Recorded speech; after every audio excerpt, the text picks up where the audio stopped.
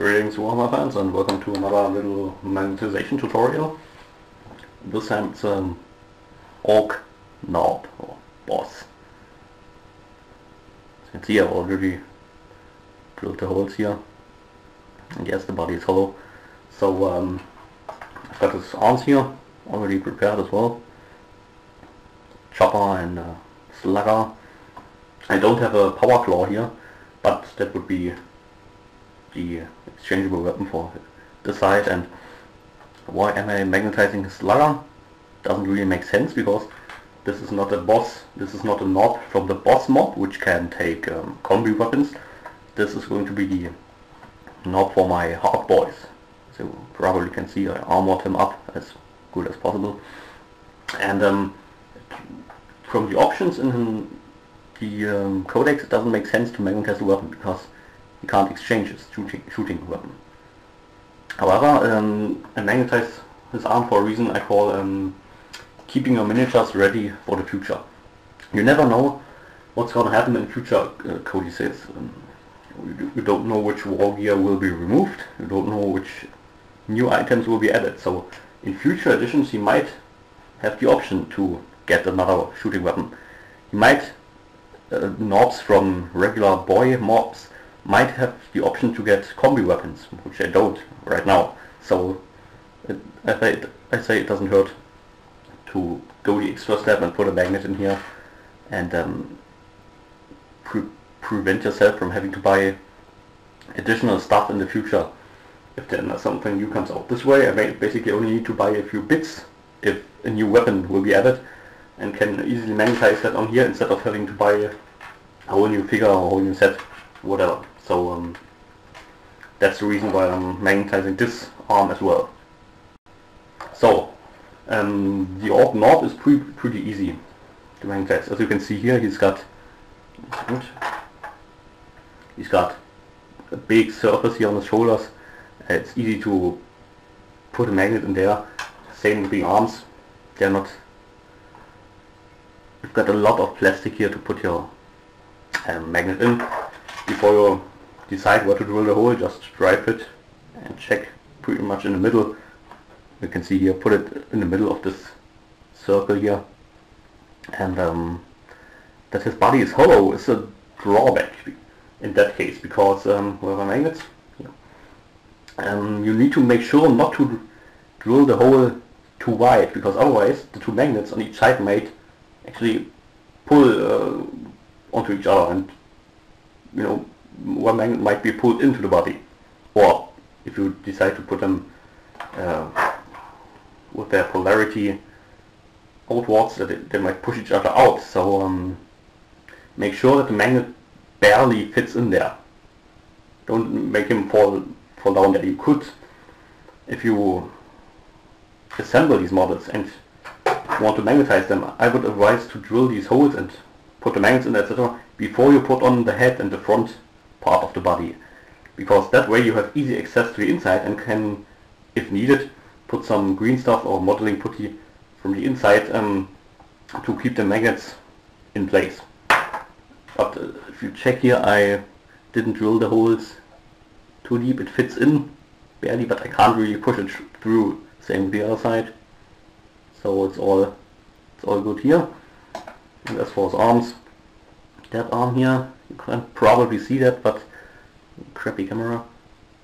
This hole needs to be a bit deeper, and that on the other hand is a bit too deep. The magnet goes in too far, so I'm gonna have to put some modeling putty in there and drill a bit in here, and a bit more. Yeah, I would always recommend using the smallest drill that you have to drill a guiding hole to get the general direction, and then with another drill which comes closer to as close as possible to the actual size of the magnets, to drill the real hole. So it looks fitting here, but that drill is not as thick or whatever, doesn't have the same size as these magnets. So when drilling the magnet holes, I need to wiggle a bit and press to the outside in order to create a slightly bigger hole, but that's not a problem. Oh, and as I was saying, look at these arms. They have a nice big surface area here.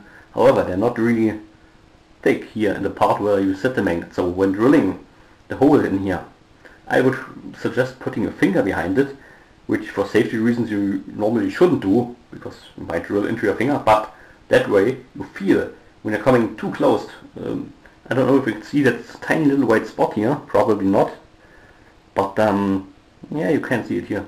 That's a stress mark. I almost drilled through there, but I felt it and could stop in time before having a hole in here. So again, this is not, the arms are not too thick, so be careful when drilling it, especially when using the big drill to carve out the big hole for the magnet. So you saw I've already drilled the holes, and now I'm gluing the magnets in place, and back in a minute, I guess.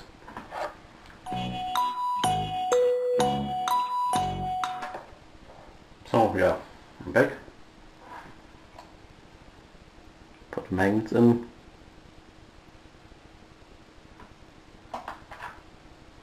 Here as well. Again, always make sure you keep the right polarity. You don't want to find out that you put one magnet in the wrong side and it pushes your arms away. So it worked out, and the magnets sit nice and flush. You want them to sit even as possible with the actual surface of the figure, because if the magnet sticks out a bit, and the other magnet probably as well a tiny little bit, so you've got some little space here, and the arms don't sit exactly onto the body. If this space is small enough, you probably won't even notice. But again, you want to be as careful as possible. Just as you can see here. Oops, sorry. Here's the chopper arm. I can even pose now. You know, in the middle of a battle when he's in close combat, you can go like, oh, chop, chop, chop, whatever. And the other arm. There you go. Here's my hard boy Nob in all his hard glory. And if no enemy is close, he's a bit more relaxed, you know. No, seriously, so quick and easy, and in my eyes definitely worth the effort. You know, that's not a big deal. It's easy enough. So there you go. Hard boy Ork Nob magnetized and kept ready for the future. And this is Superior Man signing off. See you in another video.